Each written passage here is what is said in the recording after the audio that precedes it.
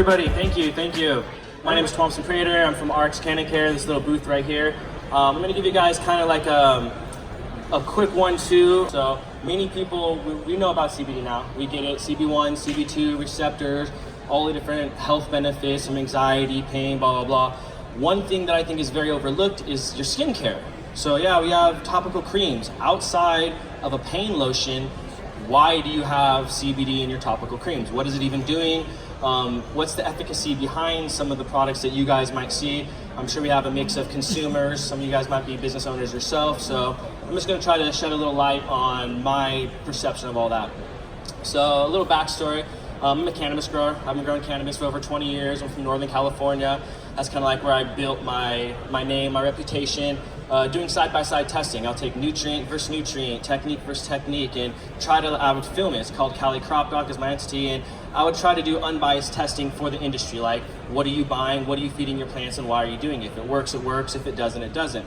About 5 years ago, my little sister, she has eczema, and it was flaring up to her neck, and she was finishing up her last year at San Francisco State, and she was like, oh my God, I'm running out of my steroid cream. Can't you make me some kind of a weed cream? Isn't it supposed to help? And I was like, yeah, let me see what I can do. I'll whip up something for her. So I did. I had some cannabis oil, and I made her a really nice organic body balm. You know, I had a background in chemistry, physics when I was in school, and I ran out of THC one time.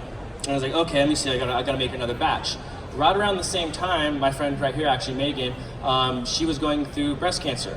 And her sister was a friend of mine. She's like, oh, my sister's got cancer. Like, isn't CBD supposed to help? And I wasn't gonna be like, yeah, that's your end-all cure-all. So it really dived me deeper into what are cannabinoids, what are they doing, how are they helping your body, and most importantly, where are we sourcing them? Because CBD's been all over the planet, all over the world, everywhere. And the main thing is like, where are you deriving yours from? How is the farming practices? How is their extraction processes? So as a cannabis grower, I was able to contact some of my friends who have these extravagant extraction facilities, have thousands of acres of field, and say, okay, hemp, cannabis, this, that, the other. And that's a whole other thing. So just to summarize that, hemp, cannabis, same thing. Like I think she touched on it as well. It's literally the same plant. It's just the active level of THC. As we all know, if it's below 0.3, it's this. If it's above, it's that. Now, the easiest analogy that I like to give is we've all gotten a basket of strawberries. You know, you go to the grocery store and you see this basket, and you get home and it's that one big, juicy, ripe one that's got rich in the polyphenols. That's all it is just the polyphenols, which is the ripening agent of like a raspberry or strawberry. And then you have that one that's like preemie and it's, you know, white and yellow, and we're like, oh, it's like, they're still strawberries though, right? You're not like, oh, this is a non-strawberry. No, it's a strawberry. But that's what the government did. They tried to say, okay, well, if it grows with above 0.3 THC, it's cannabis. If it blows below, it's hemp. Well, lucky for you guys, we have really good growers, and we can actually grow cannabis with less than 0.3 THC. So technically, it's cannabis. It's all cannabis derived.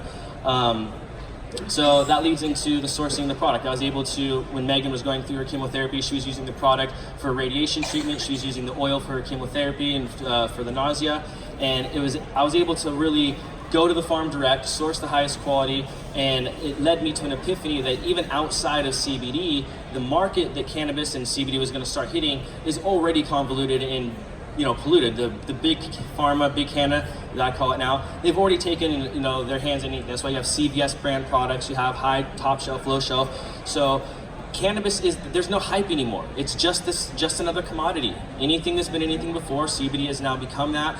There's billions of dollars coming in here, and their job is to make as much money as quick as they can and leave you guys not knowing why you're doing it. That's why 4 or 5 months ago, you could Google how many companies there were, and there was a fraction of how many companies there are today, which isn't a bad thing. I'm all for, you know, small business. We do a lot of white labeling and private labeling for a lot of the companies, so I'm nothing against that. But then it comes down to the integrity of what you're charging people and the doses that you're putting into it. Like he was touching on, I'm going to talk about the tinctures. The tinctures is another thing which Megan helped me try to figure out my dosing, because when we were doing this 4 or 5 years ago when we started, there was zero information. You're like, what am I doing CBD for? CBD, you Google CBD and it takes you to Australia. You're like, oh, you're trying to go to Australia? No, I'm trying to actually look for CBD cannabinoids. So we kind of had a trial and error. Since I made the company for my little sister out of love and my friends and family who have had real issues, it leads you to a different place. You don't cut corners when you're sourcing ingredients, you don't cut technologies, you don't cut anything. So it allows you to manufacture something ethical, which leads us into the tincture dosages. Like I don't like talking about other companies too much, so I'm just trying to educate you guys on my theory on the tinctures, the dosing. No one can tell you a dose that's meant for you. You have your own metabolism, yours is different from yours, which is different from yours. Some people have ailments, some people don't. So all we can really do is develop a product that is, quantifiable per the dose that you're taking. So I remember when I first started the industry, I think there was like a 250, a 500, and 1,000 was all there was.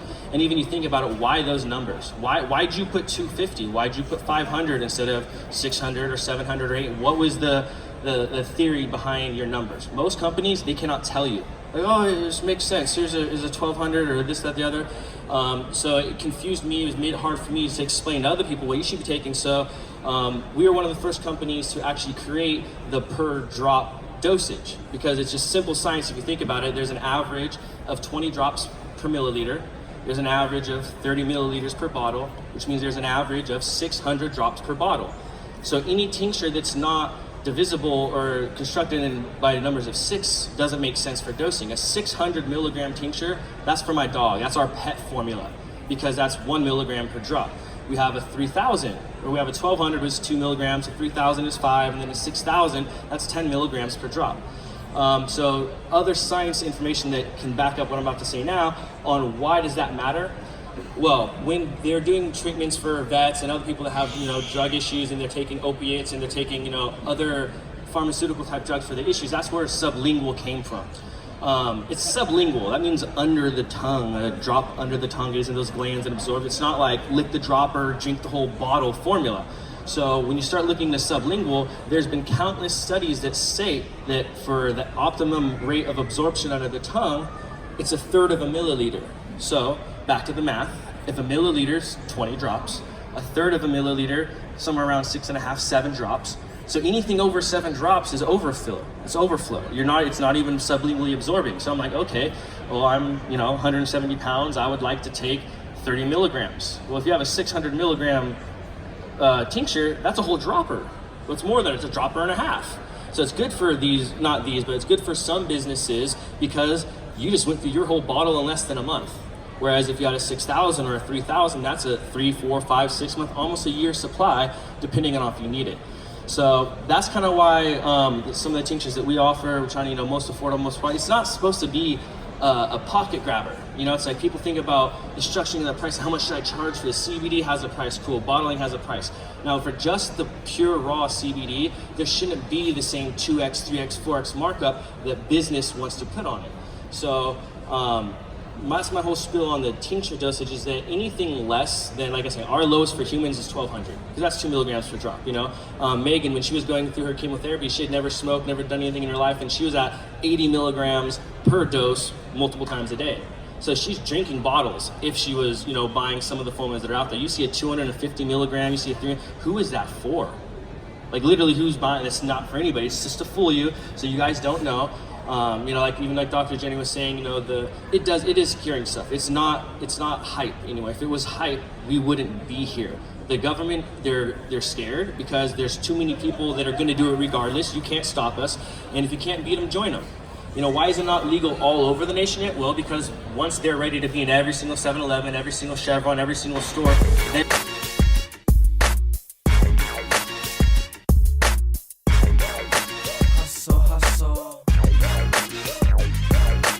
can work or you can hustle. What'll it be? From drugs to corporate thugs, money's the cause of our suffering. The life it chooses leads to routine proven to boost your esteem.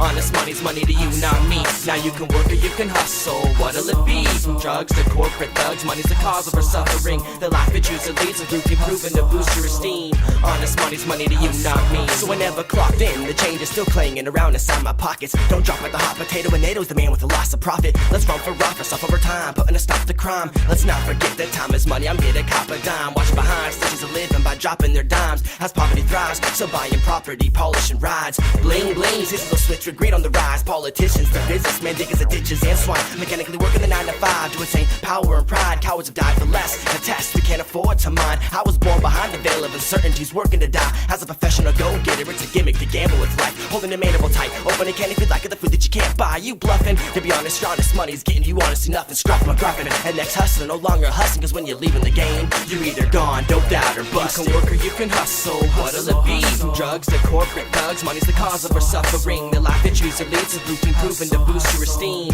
Honest money's money to you, not me. Now you can work or you can hustle, what'll it be? From drugs to corporate thugs, money's the cause of our suffering. The life that user leads is routine proven to boost your esteem. Honest money's money to you, not me.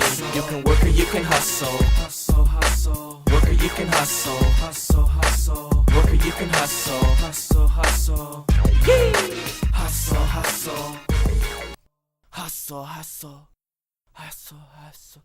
Just keep hustling, dog. Are you serious, man? So back to skincare. So that's our topical spill. How you take an orally, you have CB1 receptor, internal CB2, your peripheral nervous system. So why are you putting it in your skincare? A lot of companies, they'll have 1, 2, 3, 4 ingredients in CBD. Okay, cool. So explain to me why you chose those ingredients and what's your CBD doing. So the way I broke down the tinctures is kind of the same way I decided to break down the topicals and the skincare. You have active ingredients and inactive ingredients. To be considered an active ingredient in skincare, you have to have minimum 1%. Minimum. If you don't have 1% of this ingredient in your container, why are you even putting it on the label? Even when it comes down to cosmetic labeling, anything lower than 1%, you can put in any order you want, just to show how invaluable these ingredients actually are. So what is 1%? Okay, you're talking about a 2-ounce pain cream. So if you have 2-ounce jar, 1% of that is going to be 600 milligrams. It's 2 ounces. You need to have at least 600 milligrams in your product, in the cream, to be considered 1%. So that's barely being an active ingredient. So what about all these products at 50 milligrams of CBD or 20 milligrams or 30? Well, if the company can explain to you why and how that works, I'll agree with them. Same with some of our products. We have the Cosmetics line. So minus CBD, you have you have your retinol creams, you have your apple stem cells, you have vitamin A, your retinols, all of these different beneficials, menthol, arnica, they all have beneficial properties. So if you don't have a plethora of other ingredients that are doing their own beneficial, know-how on your body, then you're not really enhancing anything. So CBD is more so of an enhancer. It enhances the beneficial properties of the ingredients already in your product. And people say, well, how do you know that? Where are you coming up with all this information? Well, back to science again. So what I'm trying to do to people is, I'm not inventing any information. I'm just like, okay, I come from a science background. This is what I know about science. This is what I know about human physiology. This is what we know about CBD. So you can kind of bridge the gap. So in your skin, you have 3 major skin cells on the surface cells of your skin, and one of them is the Langerhans cell. Now the Langerhans cell serves one purpose. The only purpose of the Langerhans cell is when you have applied a topical cream to your body. Your skin's the biggest organ in your body. We've all heard that. Oh yeah, biggest organ in your body. But that means that it has to digest, or it has to metabolize. When you put a cream on your body, it's not like, oh, it absorbed. No, it metabolized. Your body just ate the cream and it absorbed into your skin. So whether or not you're using it too thick of an oil so you can't digest it or metabolize it, or you're not. So on a cream, these Langerhans cells, their job is to attach to impurities. They grab these impurities and they flush it down to the basal layer of your skin, and then they flush that out through your lymph nodes. So anybody who knows anything about your lymph node system, that's where we find out when we have diseases. We study your lymph nodes, your impurities, the toxicities, the deficiencies. So knowing that you have cells that attach to impurities, they flush out your lymph node system, and knowing 2 things that we know about CBD, the 2 things that we've known for the longest amount of time, is proven in the 70s. If you actually read the 50-page or X amount of page patent that the government had in the 70s, it states 2 facts. That CBD, cannabinoids in general, they help with 2 things: nutrient transportation and metabolism. Well, again, I could pretty much stand up here and tell you any disease that you could throw up here, or any ailment, you could attach to nutrient transportation or metabolism, or the lack thereof. So when you're coming to skin, when you bind other beneficial properties with CBD, there's a more likely chance that your body's gonna recognize these ingredients as beneficial, because if they have nutrients, What's CBD? It helps with nutrient transportation. So it's gonna help you figure out what needs to be metabolized, where it needs to be metabolized, if you even need it. Like I say, CBD doesn't do anything. CBD helps your body help itself. Because as long as I don't shoot you in the head, slice your throat, hurt your heart, you'll stay alive on life support. We've all seen it. We've seen some of the most horrible diseases, some of the most horrible accidents in your body. We don't know how our body does it, but it does it. And we all know about the endocannabinoid system in your body that regulates cannabinoids. And it's not a vitamin receptor, it's not a water receptor. Literally, the receptors in your brain and throughout your body only react to cannabinoids. You know, THC binds with it, that's why you feel high. CBD binds to the back of it and helps regulate what you're binding with. So if you're not, there are only two real places to get cannabinoids other than cannabis and some other herbs they're finding out is breast milk, which is another thing people hear about, but they don't realize, that the fact that every single mammal, not just humans, but any mammal who's gone through that stage of development, your body is producing cannabinoids to help increase appetite, stimulate growth, and as a neuroprotectant for the baby. So I'm not sure when the last time you guys all drank some breast milk, but very slim. So if you're not smoking or taking CBD or drinking breast milk, you have dormant receptors in your brain doing nothing. And to me, if these receptors are responsible for nutrient transportation and metabolism, we should be feeding these receptors. That's how it helps with diabetes. What's diabetes? Your body's inability to metabolize sugar. You take CBD with, whatever you're eating or your body's daily nutrition intake, and it'll tell you what you need these nutrients and where. You have a 1-a-day vitamin, right? You take it, you got your zinc, your calcium, your iron. Where is it going? It's going into your stomach. So you're leaving your stomach up to tell your body where to transport. It's kind of like what she said, the orchestra, A lot of these are great analogies. So taking CBD with your vitamins, with the chemotherapy, with other forms of treatment is what's really going to be the end-all cure-all. And that's why the government was kind of like freaking out, because they didn't want us to realize there's no money in the cure. Everybody knows that. So it really came down to trusting the company. What separates my company from all these other companies? My integrity. That is literally it. It's like my company could be sourcing different stuff, same stuff, different stuff, and if you don't know where you're getting your ingredients, what you're putting into it, then you don't know what you're buying. We manufacture all of our own products. We do white label, so I'm saying nothing against white label, but the smoke's gonna clear. Consumers, we're not idiots. You're only gonna walk into the store 1 or 2 times and pick up the same bottle with a different label and be like, wait, what's going on here? It's like, do you want to buy the product from the guy who made the product, or from a guy who made the product for a guy who probably just gave it to another distributor and he gave it to somebody else? And it's like, you asked him, where's your test results? Hold on, let me get those for you. No, they should be on your website. They should be, scannable. You should be able to get them with every single product that you purchase. So a lot of companies, they can't provide that documentation because they don't have it, which it's not a horrible thing, other than the fact that, like I'm saying, from the cannabis space, I take it personal. This is my culture's ingredient. Like, people that come from the green space, we've known it forever. That's why it's funny. We're like, dude, you guys are so hilarious. We've been telling you from day one, cannabis this, and you're like, no, it's not, no, it's not.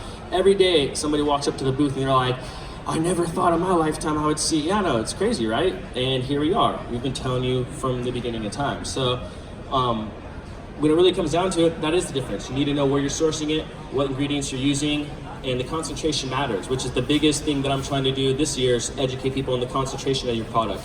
The reason why it's important to know where it's grown is because, as you know, cannabis is a bio-accumulator.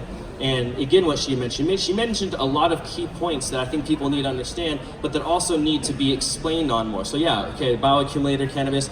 The main thing is, once it is a molecule, you're right. There is no difference between the molecules. CBD is a molecule. It's actually been identified as its own. If it was a different chemical, it would have a different name. So on that standpoint, do you want to eat an apple on the side of a tree, or on a tree on the side of the freeway, or do you want an apple in an organic orchard where there's no planes flying over and you know what kind of care is given? What's in the soil that your plants are growing? At the end of the day, there's not a person on the planet that can do a blind taste test on organic or non-organic food. You can't do it, it's impossible. But we're relying on the integrity of these farmers and of these companies to say, hey, we have test results, we're following this, we're doing that. And that's another thing when it comes to the price. Sometimes people are like, oh, I found this one cheaper. If it's too good to be true, it is, people. Like cannabis derived and hemp derived, because of regulation, we have to spend more to do cannabis derived. So if you want to be able to tell people, yeah, this is a cannabis derivation, it comes from a cannabis plant, big old chunky flowers, blah, blah, blah.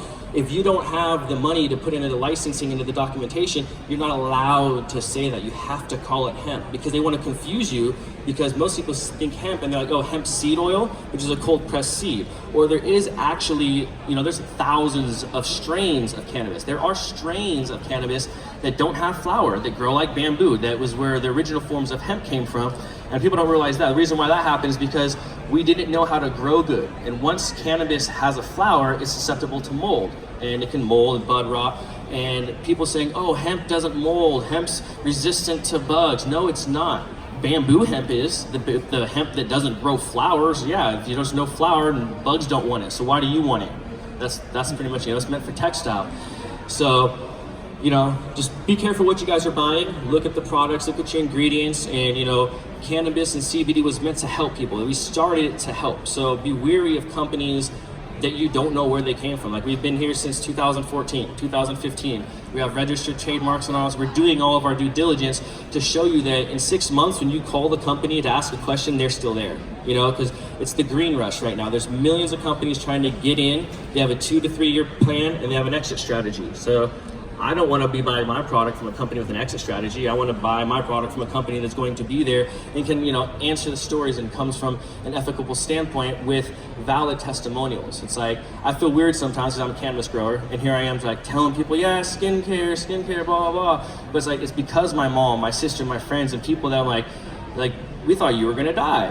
You're not dead. I'm not saying that CBD saved your life, but by following, proper living, proper eating, healthy, standards, and using CBD, it definitely assisted in your body's ability to help itself. So, I think I covered a pretty good, quick. I don't want to take up too much time. I know we were kind of behind schedule on our talks, but that's pretty much my spiel on CBD, skincare, and why you should have it in your skincare to enhance the beneficial properties of what's already in it. So make sure that you have ingredients worth enhancing, or that there's enough CBD in it to be considered an active ingredient. Otherwise, you're not getting your money's worth.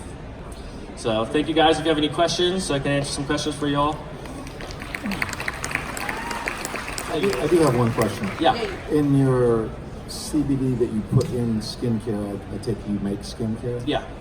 What is it, a full spectrum, or is it just a... So technically we do white label, private label, so we can do isolate for you, full spectrum, broad spectrum, whatever you want.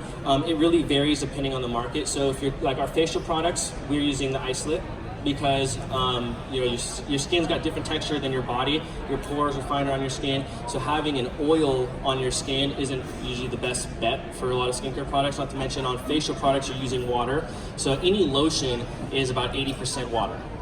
So you're talking, okay, you have 80% water and you have all these other ingredients that you want to fit in there, but you can only fit so much because water, oil, emulsification. So unless you want to be using other chemicals to stabilize, I guess per se, there are versions that you can do with water soluble. We're not doing the water soluble. We're using broad spectrum. And again, broad spectrum is new. Full spectrum is just the percentage of THC. Certain states will make it a certain way that they want it that way, So, but in my opinion, as far as the pain, I find that the oil helps better for the pain just because it does create that occlusive layer on your skin, so it helps sit there a little bit better. But we always bind all of our CBD with MCT oil, which a lot of people don't understand. MCT oil, they think, oh yeah, coconut oil. No, MCT oil is not coconut oil. Coconut oil at its very best has 28% MCT, which is medium chain triglyceride, skips the blood-brain barrier. We use 100% vegan MCT oil so that you don't have to digest it. It starts absorbing into your system when it goes in your esophagus. So when you put it on your skin, it absorbs into your skin layer. So, so we use the oil just because, when you're eating it, there's better to have full spectrum, broad spectrum, you get all the other cannabinoids. So topically, there hasn't been enough research. They're starting to, and that's, again, they don't want us, in order to do a proper clinical trial, it's expensive. You have to have access to real patients, real hospitals, real money, and they don't want us to do it. That's why everybody was using just isolate last year. Literally all last year and the year before, it's just isolate. Everyone was on some isolate hype. And to me, that was brilliant marketing by GW Pharmaceutical to get their little thing patented, because isolate isn't the end all, especially with tinctures. It's not where you should be going if you're having ailments of cure, but they had all of the real farmers and the real companies thinking it was the hype so that they were able to fund their clinical trials. And they had enough people in enough areas that they were able to test, and But yeah, full spectrum is definitely, you know, the wave of the future, and it's going to be everywhere. The reason why it's not so fully available is because, like I said, they're not ready. You know, there's no reason why it's not in all the states other than they don't have the infrastructure to regulate it yet. Once they're ready, you know, try being an organic farmer. If you have organic grapes or any organic, it's a huge process. It's not just like, hey, I'm organic. You have the ag department, you have licensing, regulation, So they're gearing up. They realize that they can't beat us, they're gonna join us, and so they're gonna do anything they can to pause it. Just like last year, they paused all edibles in California, all hemp edibles. They're still doing it. They're creating all these little uproars, and I guarantee you the first thing they're gonna come out with mass done is their gummies. They just told us, no gummies, no edibles, and they're gonna kill it. They're gonna, you know, so, all right, good question. Any other questions? Yes. Is there a recommended maximum daily dose for CBD, or is it something that's on a case-by-case basis? 100% case-by-case basis. Especially just like what she was mentioning too about metabolism of people that are thicker than people that are thinner. People, even ethnicities have different metabolisms, different, you know, there's so many different factors that can play into metabolism. That's why I felt like anybody trying to tell you the dose, like a lot of these companies, all right, do this, they're full of crap, and they should be giving you something to where you can dose yourself, you know? Like even with the 1-a-day vitamin, any real fitness person is gonna say, hey, don't take the whole vitamin, you break it in half. Your body's expelling most of it. You don't need some of it, you need some of it. So CBD is gonna help your body almost be like a metal detector, you know, trying to find, oh, you need this here, you need that there, and push it. So that's why the industry standard is start with 20 milligrams per dose, a couple times a day. That's to me, that's just standard homeostasis. Just like every human just chilling should be taking 20 milligrams. Like I wake up in the morning, I'll take 3 or 4 drops of the 10 milligram per drop. So I'm taking like 30 or 40 in the morning, 30 or 40 at night. And if I'm like thinking about life in the middle of the day, I'll take some more. It's like, there's one thing it's not gonna do is hurt you. It's definitely not gonna like do anything bad. That's why, again, it was important to make it affordable enough to where people could try it, because there's so many people that actually have health issues and they need something to fix it, and they're trying to find help, and the only thing they can afford is a damn 250 milligram tincture. Get the hell out of here. Like, how dare you sell that? Like, literally, like, it hurts me when I see people selling, like, you know, even Megan, when we did Cosmo Profit a year and a half ago, we sponsored this event, and there's a company, a gentleman who, he had cancer as well, and he has a CBD line that is for cancer, and then you go listen to him speak, it's like, yeah, I had cancer and I was smoking marijuana every day. Wait, so you were smoking marijuana every day, but you decided to start a CBD company that has nothing to do with anything, to piggyback off your own story, and he had like a 200 milligram tincture. He didn't have, there was no like reasoning behind why he was doing it, and I just saw it firsthand. That's why I took a break, like saying, from the cannabis space to come over here to make sure that they weren't going to further take advantage of like our people, like what we're doing. It's like we fought for way too long. I've been growing in backyard guerrilla grows my whole life, and like we fought the fight. You know, I was on federal probation for 5 years, federal felony. I've been smoking weed since I was 7 years old. Was also 4.0 honor student growing up, dean's list all through school. Tutored people that graduated from Yale, Stanford, Harvard. And it's like school wasn't, not that it wasn't my choice. I'm more of a motivator. I'm trying to get people to realize your dreams, your aspirations, and be you, as opposed to sitting behind a desk and just, you know, being somebody else's pusher. So it's like, you know, education is key. That's the main thing, is just educating people. And, you know, any company that can't properly educate you on some of the stuff that I just said, you shouldn't be buying it from them. Like if they don't know why they're dosing it, and if they can't be honest with you, and if they, you can tell if someone's trying to sell you. If someone's actually going to tell you, oh yeah, man, you need 100 milligrams a day, they're trying to get that money. It's like facts. So I put together 7 facts about CBD that you should look for when sifting through all the products available. I'm going to go into more depth on each one of these, so make sure you guys stay tuned, and most importantly, stay educated.